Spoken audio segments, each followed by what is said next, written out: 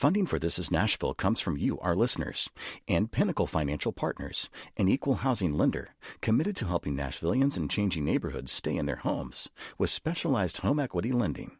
Learn more at pnfp.com/home.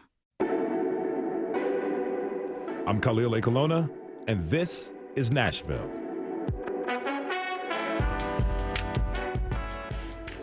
A century ago, a group of local poets banded together. They called themselves the Fugitives, and their work would go on to inspire a popular literary method called New Criticism.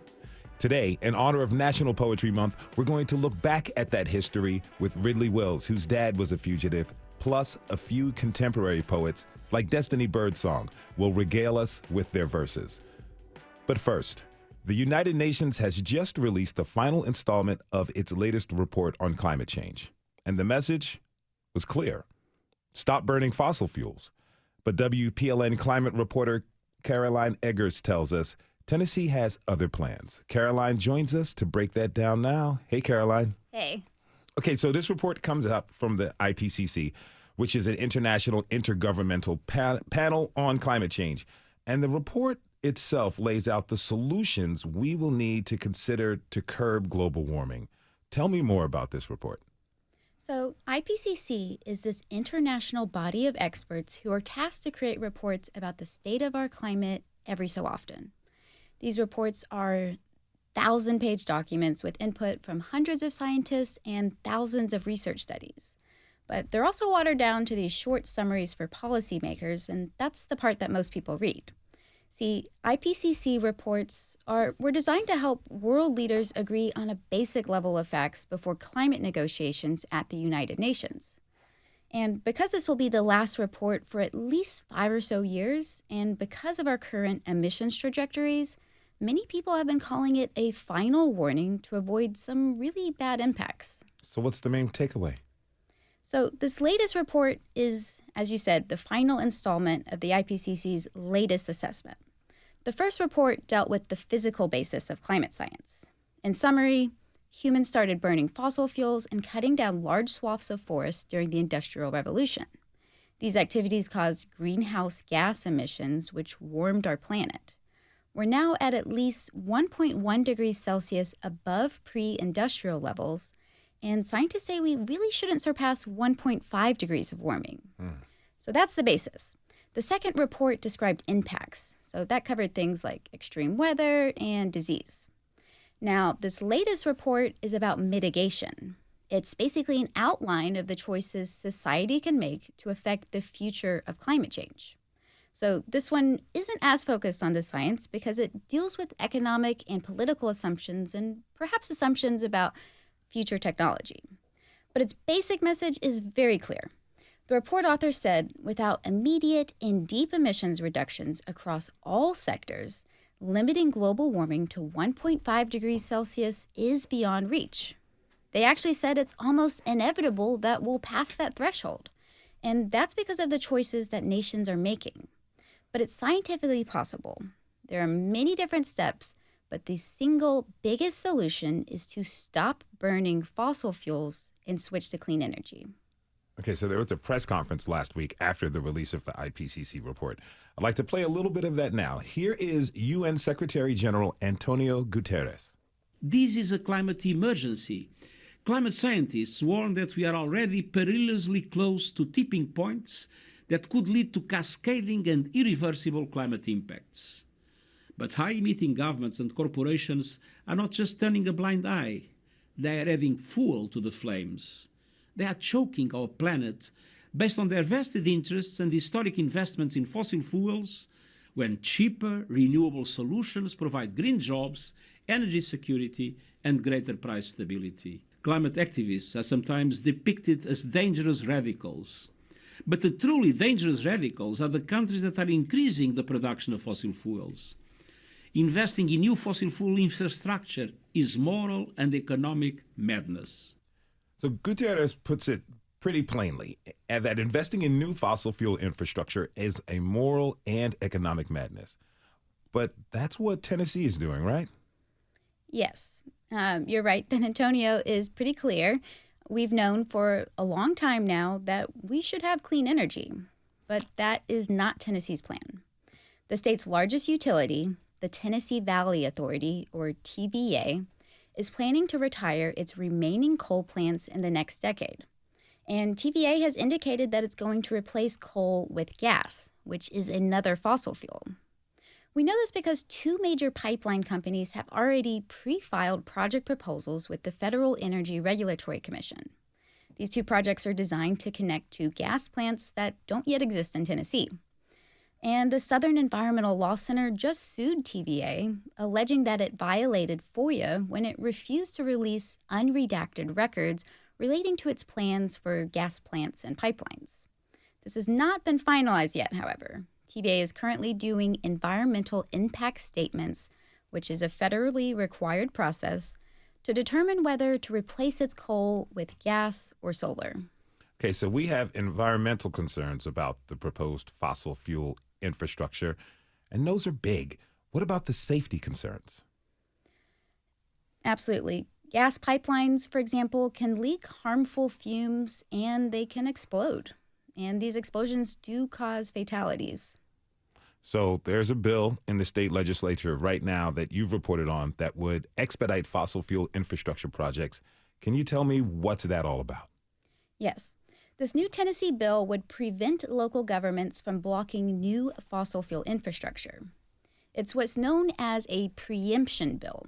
It's become a common tactic supported by the gas industry in particular. Back in 2019, Berkeley, California was the first city to ban gas in buildings, so no gas stoves or no gas for heating.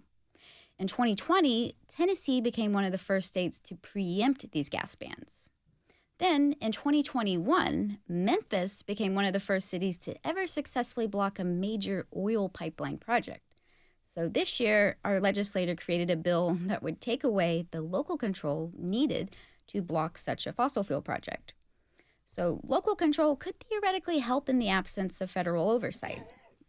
Last month, the Federal Energy Regulatory Commission proposed taking climate impacts into account when approving pipelines. And the very two companies trying to build pipelines in Tennessee came out against this, and that plan was later tabled. So, Caroline, this seems pretty big. I mean, for the Tennessee Valley Authority to double down on this right now. I mean, scientists are warning, and this report says it, that our global temperatures will exceed safe temperatures almost inevitably, even if we take all the steps to limit fossil fuel use. What are the implications of Tennessee's decision? Well, TVA extends beyond Tennessee.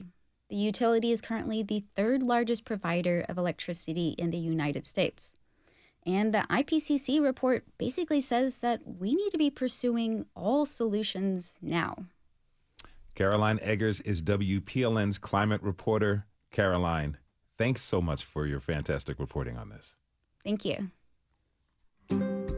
We have to take a short break. When we come back, we're going to explore how a small group of Nashville poets that banded together after World War I ended up influencing today's mainstream method for literary analysis. This is Nashville. We'll be right back. Funding for This is Nashville comes from you, our listeners, and Music City Prep Clinic, Nashville-based provider for PrEP and offering comprehensive sexual health services in an environment designed to be safe, professional, and shame-free. Learn more at musiccityprep.org. I'm Khalil Colonna, and this is Nashville. It was about 100 years ago when a few local poets banded together and formed a group called the Fugitives. They met regularly to talk about history and philosophy and art, and then they started publishing a literary magazine. Those Nashville poets would come to have an enormous impact on modern literature as we know it. So, given that it's National Poetry Month, we've decided to take a look back at this group and their legacy. I'm pleased to welcome my first guest, whose father was one of the Fugitives. Mr. Ridley Wills joins us now in studio. Ridley, welcome to This is Nashville. Thank you. So tell me, who were the Fugitive Poets? Well, they were a group of young men, often young Vanderbilt graduates and Vanderbilt English professors who met at James Frank's home on Richland Avenue, where there's an historic marker, to read poetry. And each would read a poem, and then the others would critique it. And initially they used pseudonyms, but later, when it became more accepted, they used their names. And my father and his first cousin, Ridley Wills, who shares my name, were both members of that group.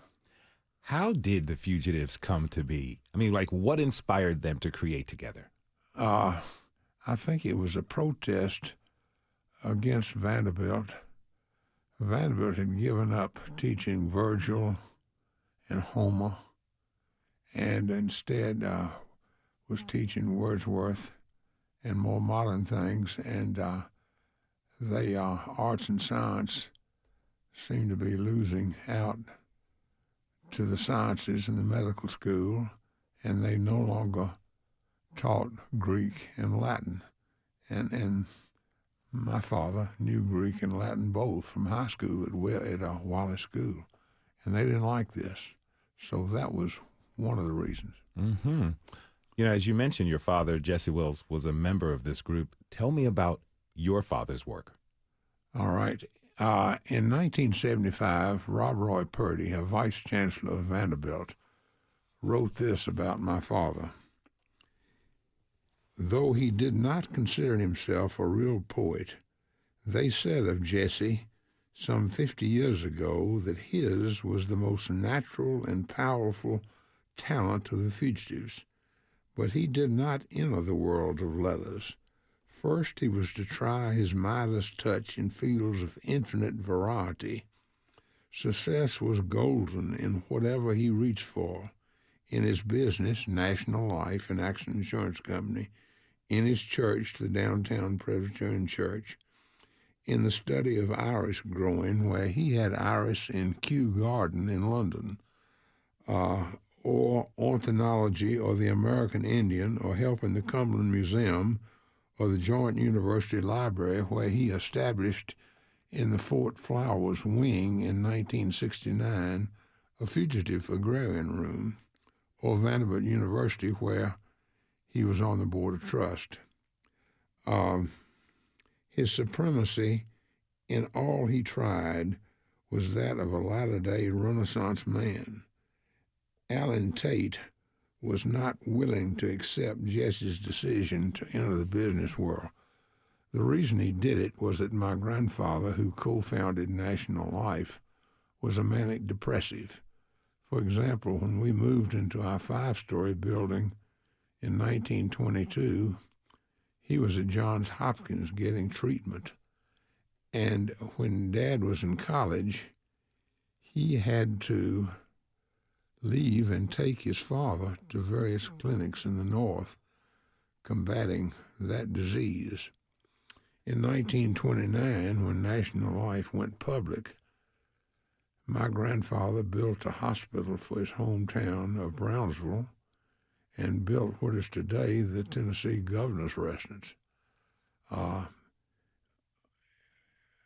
classic Georgian mansion, despite the fact that his daughter had been married since 1926, and the fact that my father was seriously dating his future wife. He didn't need that house, but he did build it, and we later in 1949 sold it to the state of Tennessee. I've got several of my father's poems I'd like to read to give you an idea of what Allen Tate called his mastery. That would be fantastic, please. Now, in the 50s, Old Hickory Boulevard between Hillsborough and Franklin Pike was completely rural. And here's what Daddy did on a Christmas day. He said, the name of this is I Have Known Many. This is a Christmas day in Tennessee, a landscape soft in greens and browns and grays, clean washed by rain, the hills a bluish haze. Against a gray wool sky, there shrub and tree lift their bare twigs to weave a tracery, pointed with cedars above the lighter green, where pasture meets with plowland in between, gray walls and sheep. In this tranquility is an old peace. The only sounds the twitter of small gray birds, brown towhees scratch the litter. There is the ancient tinkling of sheep's bells. The raindrops are a chain of crystal shells upon that tree where, like a spun glass ball, there shines the color of a cardinal. Isn't that beautiful? That's something else. What do you think of your dad's writing? Well, I thought it was pretty powerful. Mm-hmm. I'll read you another one.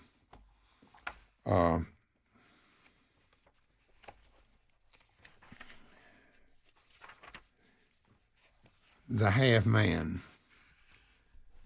I've heard or read that only half our brain is used. I know that less than half our powers may serve us even in our keenest hours. In a half sleep we toil for our small gain. A stupor numbs our pleasure, dulls our pain. We do mechanically the things we should, besotted, slow in evil or in good. We mainly serve the trivial and the inane. Down through the generations, dust to dust, the dream endures that we, the inmost self, can break the bindings of our stifling crust, be wide awake and surer than an elf, striding the rainbow over a waterfall. See, hear, smell, taste, touch, know the full of all. Haven't we all felt we're half men? That sounds like a very, very insightful modern take on internet and social media right there with the things that we waste. Let me read you one more. Please, please. This is to his wife. It's called Bleak Valentine. The outside milk, the inside cream, thin as the tissue of a dream, the cunning work of Irish art. This cream and sugar hold my heart. Like you and I, they form a pair, sitting on the table there, fragile as our human breech, firm as love that knows no death. Each morning that you use them may some memories come of all the way we've walked together, love of mine. So take this china, Valentine. Mm-hmm. And when he wrote that poem, he gave her a set of little milk glasses, Valentine. That's wonderful. If you're just tuning in, this is Nashville, and I'm your host, Khalil Ekolona. We're talking about the legacy of the Nashville poets, known as the Fugitives. I'd like to bring in my next guest. Mark Jarman is a poet and Centennial Professor of English at Vanderbilt. Mark, welcome to the show. Thanks for joining us. Thank you for having me. So I enjoyed listening to Mr. Wills's father's poems, Jesse Wills. What's your reaction to that last poem that really just shared? I thought it was very sweet. Not quite as philosophical as the previous two poems. But one of the things that the fugitive poets sometimes are criticized for is being a little detached and dry, but actually they're capable of being romantic and emotional as well, as you could hear in that lovely love poem for his wife. You wrote essays on the Fugitives. Tell me more about the style. Like, what really set them apart? What set them apart? I thought Mr. Wills really did a good job of one of the things they were reacting to, which was a change of curriculum at Vanderbilt. What set them apart was that they saw in classical proportions and poetry a way to write a modern poem. And most of the poetry that we think of as by the Fugitives is in meter and rhyme, traditional stanzas, and yet they were reacting against what they called the genteel poetry of the 19th century, like other modern poets. So what set them apart was that they could approach modern circumstances, issues of class, race, they weren't so good on, but they approached it, industrialization, all kinds of change in these classical forms that would have been familiar to an 18th century poet, let's say. That's one of the things that set them apart. I think it's... But if I may say one other thing. Please. They were a group who arose sort of organically to being what we would now call a workshop. They were a private workshop where they critiqued each other's poems. They didn't start out that way, but they became that way. And that method has profoundly influenced American education, actually, in creative writing, not just in American institutions, but throughout the world. The group that looks at a poem by one of them and offers critique and suggestions, highly influential. So it's this sort of creative, literary iron sharpening iron sort of thing you're mentioning that they created. Kind of like that, but the sense of like a medieval guild, as if they were all making cabinets, except they were all making poems, and they knew in their group who the masters were, like John Crowe Ransom, Alan Tate. But they also had a sense of being each other's peers and of doing what we would call now a peer review of each other's work. I think it's fair to say that this may be a piece of our local history that a lot of folks aren't too familiar with. But these poets... Well, they can do with being reminded all the time. Yeah, and that's what we're attempting to do. And so as you remind them, tell me just how influential they were in the field of the literary arts. Oh, profoundly influential for American poetry. They established a kind of a level of execution. And you also mentioned their form of criticism, which really came from Ransom, who wrote essays and dealt with poetry as something that you could look at like any work of art. You could critique it, you could see its bone structure, you could understand what its organic parts were and how they worked together. This was kind of revolutionary in the early 20th century. It is not the prevailing criticism today, but it's the thing that against which criticism might react. It isn't. So the new criticism is something that grew out of the fugitives indeed, and dominated most of the 20th century in English departments, but it has been moved aside for other concerns. Vanderbilt has schooled many great writers.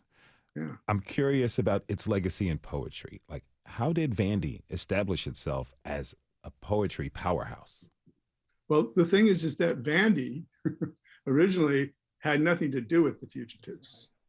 A few Vanderbilt faculty and students, as Mr. Wilson said, came and joined the fugitive group, or this group that later became called the Fugitives. And Vandy did put on a reunion of the Fugitives in 1956.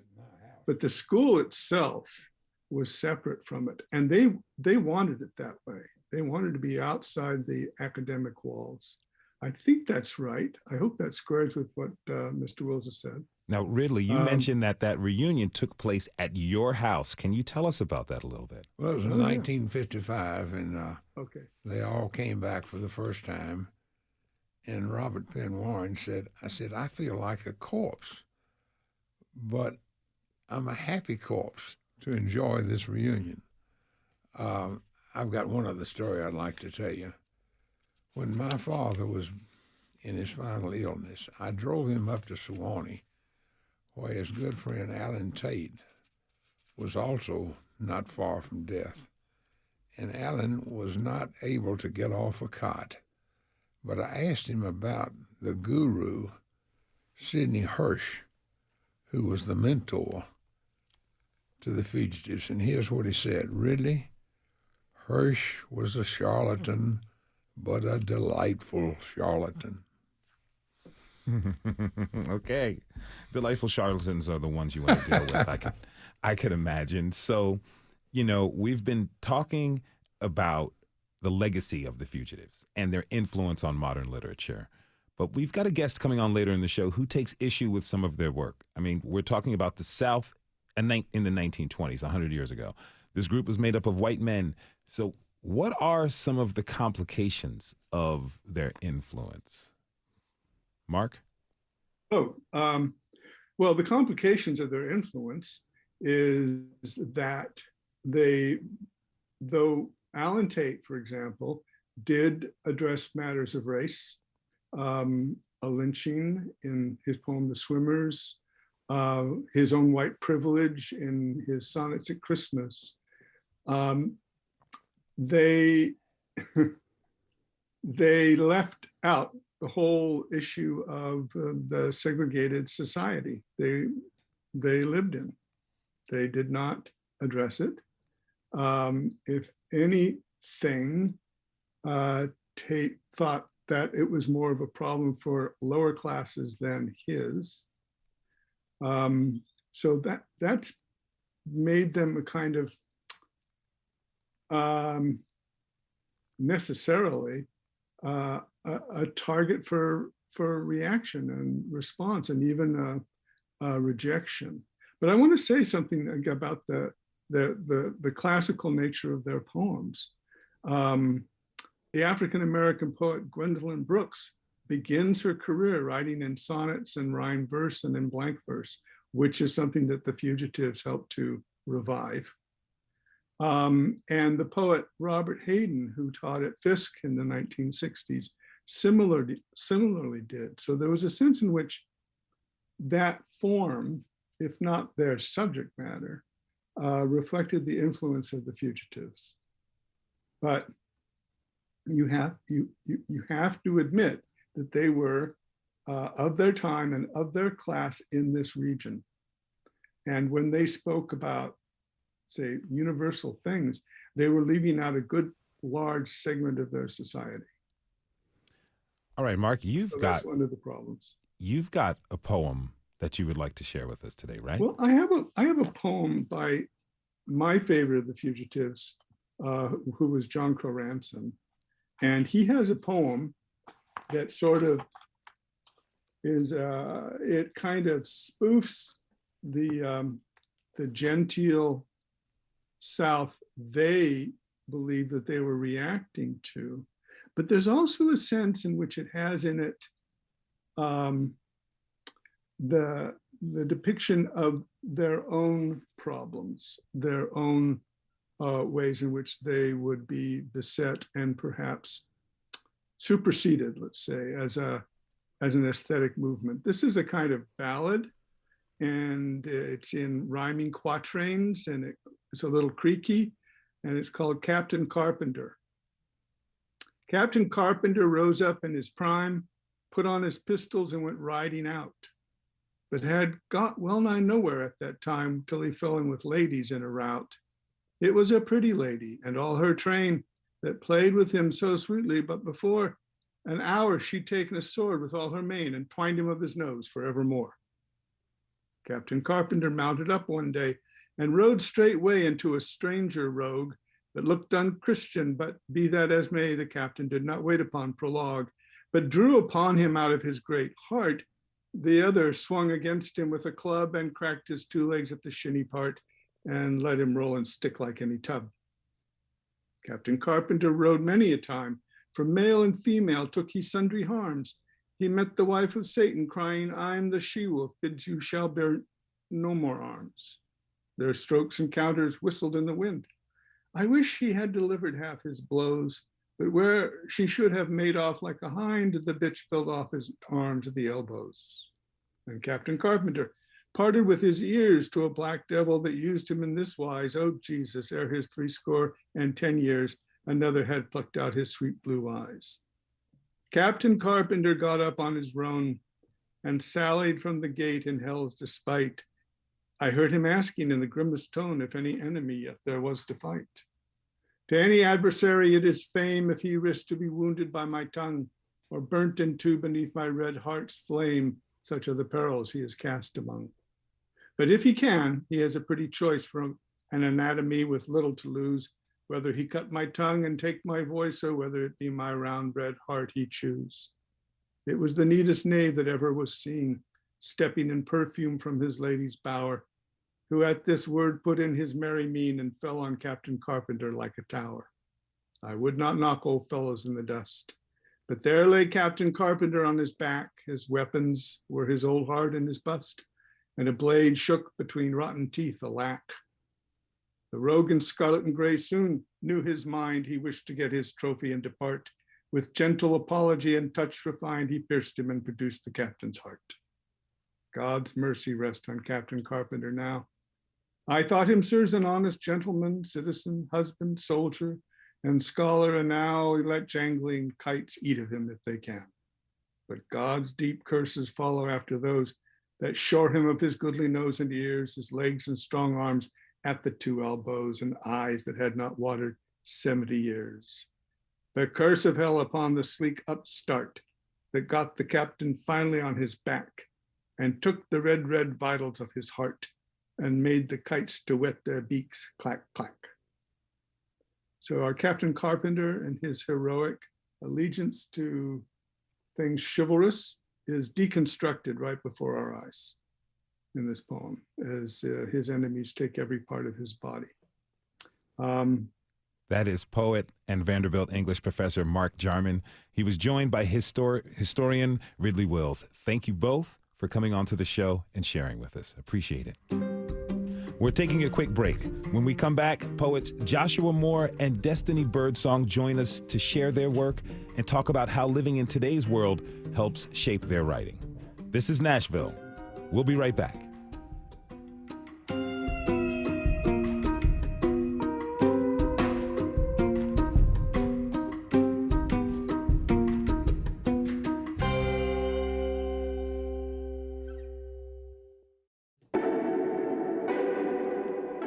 I'm Khalil Ekalona, and this is Nashville. What better way to honor National Poetry Month than to have some contemporary poets join us to talk about their inspiration, journey, and work. I'm pleased to welcome Nashville poet and essayist Destiny Birdsong. She's the author of Nobody's Magic, her first novel released just a few months ago. Congratulations. Destiny, welcome to This is Nashville. Thank you. Happy to be here. Happy to have you. Poet Joshua Moore is also with us. He's the former host of WPLN's Versify podcast. Joshua, thank you for being here. Happy to be here. So in the last segment, we focused on the legacy of the fugitives who had a pretty big influence on modern literature and how we consume it. But just before the break, we touched on the complications of that legacy. Destiny, I'd like to start with you. I know the work of the fugitives was a part of your curriculum. Where does that work, their approach, fall short for you? The most memorable experience I had with reading the work of the fugitive poets was actually reading Alan Tate's poetry alongside some of his letters. And his depictions of Black people were dismissive. They were intended to be funny, but were actually disrespectful. And I just think it's important to remember that all of our heroes have feet of clay. I was sitting in a classroom reading that while being an MFA student and a PhD student. I was doing both at the same time. And my first thought was, what would these men think of me sitting here in this classroom? Did their work intend for me to be possible? And I don't know that the answer to that is yes. And so that's where I stand with them. Their legacies are complicated. I'm grateful for the work they've done, but that does not obligate me to hero worship or to whitewash their shortcomings. Mm-hmm. Joshua, what's your take? Yeah, I think that's really excellently put by Destiny. Similarly, I think I found my work is often very influenced by personal subject matter. And so the kind of intentional avoidance or exclusion or Yeah, just like the lack of focus on the sort of stickier content of human experience in the time they were a part of, looking at the landscape without considering the violences that happen on that landscape and the ways in which they contribute to them. It left the work feeling hollow to me in some ways, which is not to say that it doesn't have content and things to draw from in terms of like understanding the mechanics of craft and writing and like some of the structural elements of poetry. I think Professor Jarman made it very clear, like they were experts. They were many of them masters at their trade. And so I have really had an appreciation through, doing my MFA at Vanderbilt for kind of learning some of those techniques, but thinking about how those techniques can then be reapplied to the things that they wanted to avoid or the things that they consciously omitted in their own work. Destiny, I want to loop back to what you said about like how does grappling with that legacy, how does that influence your work? That's a great question. I think that when I am thinking about my work and I'm thinking about form, fortunately, I also have Black poets who are writing at the same time who are also formalists that I can look to. The Dunbars, Paul Laurence Dunbar, Alice Dunbar Nelson, County Cullen, who was also writing. I mean, the Harlem Renaissance was happening at the same time that these poets were doing their work. So there was concurrent work in form happening during that decade. And certainly they probably benefited from reading the work of each other. I don't know how much of that work they were reading, or they were cross-pollinating, but I think back to those writers more specifically. And as Mark Jarman pointed out, Fisk University, which is also my alma mater, I went there for undergrad, has a rich legacy of writers. I'm a multi-genre writer. And I'm also a narrative poet. So I benefit from the work of storytellers of all kinds, whether they're poets or not. And so I look to places like the Harlem Renaissance. I look to writers like Nella Larson, who was at Fisk in the 1930s. I look to Anne Allen Shockley, who was a librarian a little bit later in the 60s and 70s, who wrote short stories. And I like to look back at people who wanted my work to exist. And I know that, right? I'm not so sure about everybody. So those are the ones that I look to. I'm curious about how Nashville influenced the work you both create. Like, Destiny, like what is it about this city that kind of feeds your work? Well, I mean, if you want to write about race, there's certainly a lot of material. True. I've had my own experiences with racism here. I still love this city. I still live here. And the fact that I can create art here is a miracle. But there's also so much that I've gotten from the city. I came here 10 days after my 18th birthday, and I started at Fisk in January of 2000. And the immersion of like the just being immersed in all of this beautiful Black culture and like going to the special collections room at the library and looking at Frederick Douglass's Bible and reading, unpublished work from writers that are like in those papers, that shaped me so much. And, I had a history professor who had us reading novels alongside our historical texts. And I didn't go to Fisk thinking that I would be a poet or a writer. I knew that I wanted that to be some part of my life, but I didn't think I could make a living in it. So I just thought, I'll be a professor or a lawyer or something like that. But I was met with so much literature. It really was inevitable that I would succumb to my impulses of making art. I was surrounded by it all the time. And, having that university here in this city, it was a gift. It was a gift. But also meeting other great writers here, like Joshua Moore and I are not just colleagues, we're friends.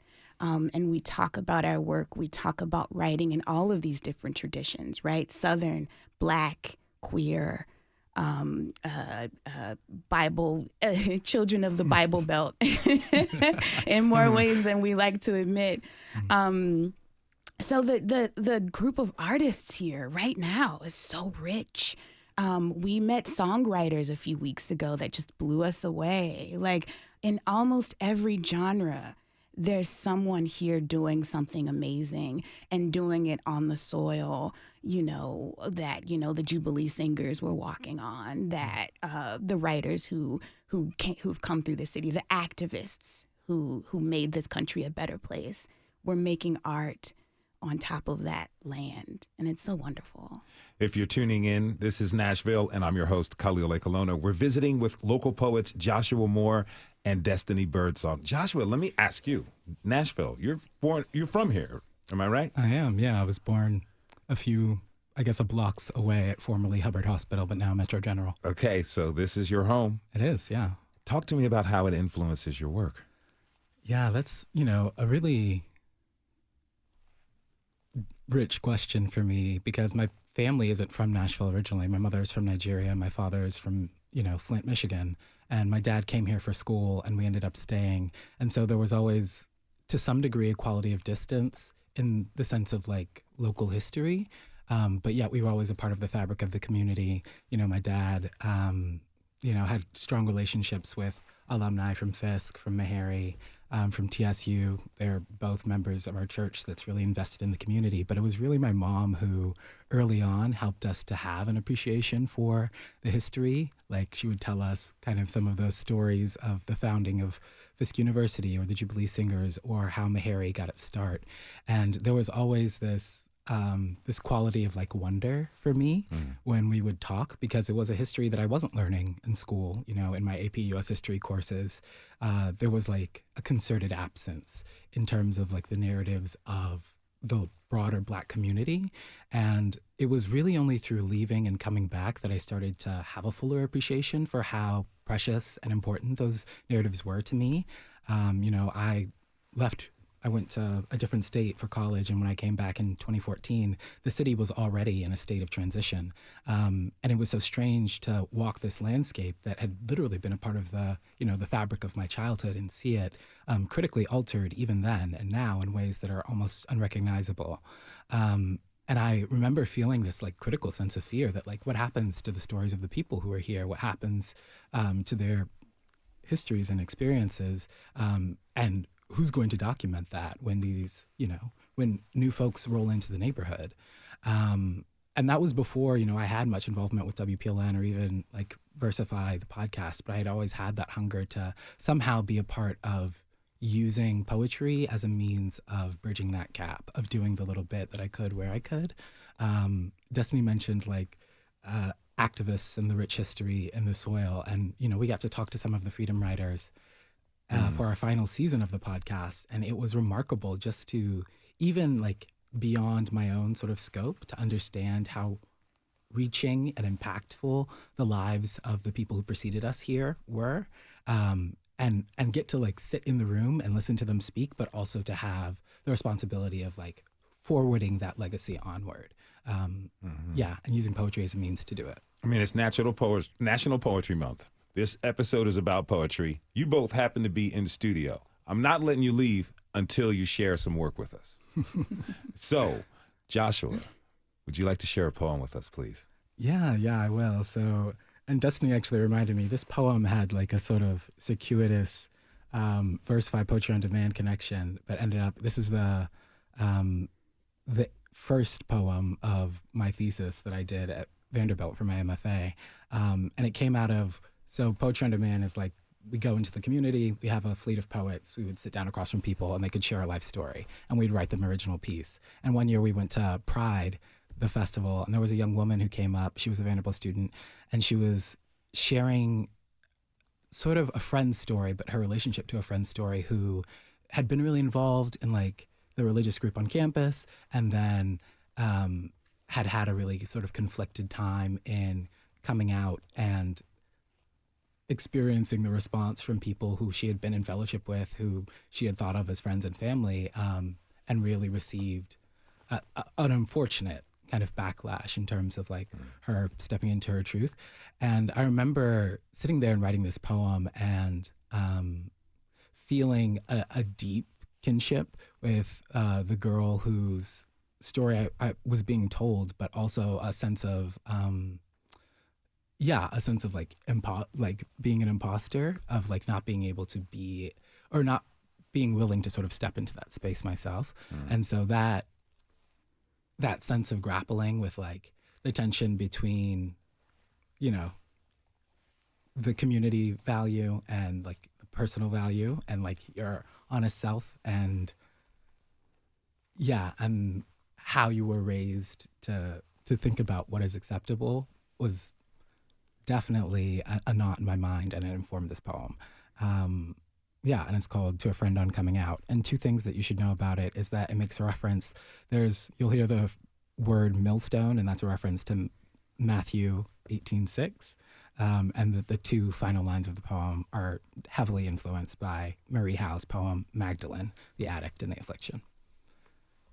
To a Friend on Coming Out, after Marie Howe.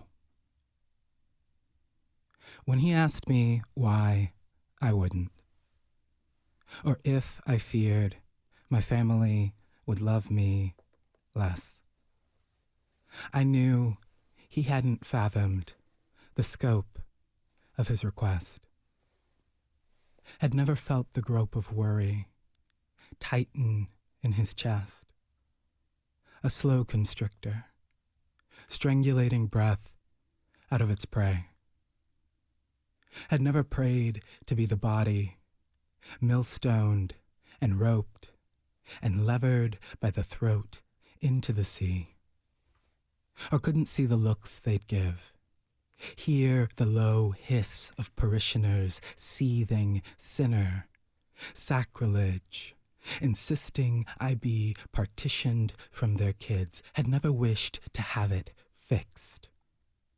Pay strangers to affix 2 small electrodes to the temples. Let the voice of God charge through. Never raved or ached or pleaded to be made anew, that something new would come when nothing would, and no one. Thank you. Thank you for sharing that with us. Destiny, we've got just a few minutes here. Can you share a poem with us, please? Absolutely. This is the last poem in my debut poetry collection, Negotiations. It is called And Though the Odds Say Improbable. If you know the line, you know. And it's in rhyming couplets. So big ups to tradition. And though the odds say improbable, the black ladies in their printed dresses float into the deli, tip-tipping across the coat of grease on the floor. It's still warm in October, so they remove their sunglasses, rub their oiled shoulders, remark, "Ooh, so cold in here." One watches purses while others shimmy to the salad bar. Some are nurses here for conferences, some on lunch breaks from government jobs downtown. Some are flakes. Unemployed, divas, deans, retired, do hair, edges slick, wand curls crisp in the freoned air. They pinch the fainted lettuce onto plates. They scoop the pitted olives, cherries, dates into bowls. The cotton-blended florals, plaids, prisms, paisleys, polkas flutter on calves until they reach their seats. They kiss mustard, avocado, banana pudding, well, really just custard with mashed up banana, from 3-ringed fingers. One sways to the soft serve machine and lingers a little too long, but returns with a smile. A swirl cone done up soda counter style. Every one of them been through something. Sit-ins, bombings, busing, the crack epidemic, Reaganomics, backdoor abortions, miscarriages, picket signs in front of the free clinic, and now the white girl with the blunt bob snatching plates too early. They tap her wrist, give each other the look, say, "It's all right, miss. Don't worry about us." My heart liked to stop when the black ladies nodded their heads and hoops, clip-ons, drop pearls, chandeliers, gold nickel earrings twirled above beautiful elbows. Not a care in this old world. Republic been crumbled. Black Wall Street crashed about a century ago. They leave together. Their laughter is brash and openly secretive. You bet not ask. Perfume wafts. They wave. Say, "All right, girl, I'll be seeing you." One coughs, and I pray it's just the cold air, the pollen, the pepper, little piece of meat stuck in her throat. Listen, the black ladies better have a blessed day, month, year, life, and I mean it the opposite way they mean it whenever they have to say it to coworkers, husbands, customers, the demon board. Child, I meant deacon. As I leave, I touch the table where they sat. They ain't superhuman, ain't always able to save the children, the men, the country, or even your silk presses, but whatever they touch, somebody's good God blesses. Thank you. That is poet and essayist Destiny Birdsong, author of Nobody's Magic. She was joined by poet Joshua Moore. Thank you both for being with us. We want to thank everyone who tuned in this hour. Tomorrow, we're inviting our 3 candidates for Davidson County District Attorney into the studio to answer your questions. So email us your questions at thisisnashville@wpln.org or tweet us at thisisnashville. Head to thisisnashville.org to leave us a voice message. This is Nashville is a production of WPLN News and Nashville Public Radio. Listen back at thisisnashville.org or wherever you get your podcasts. Our producers are Steve Harouche, Rose Gilbert, and Tasha A.F. Limley. Our digital lead is Anna Gallegos-Cannon. Michaela Elias is our technical director.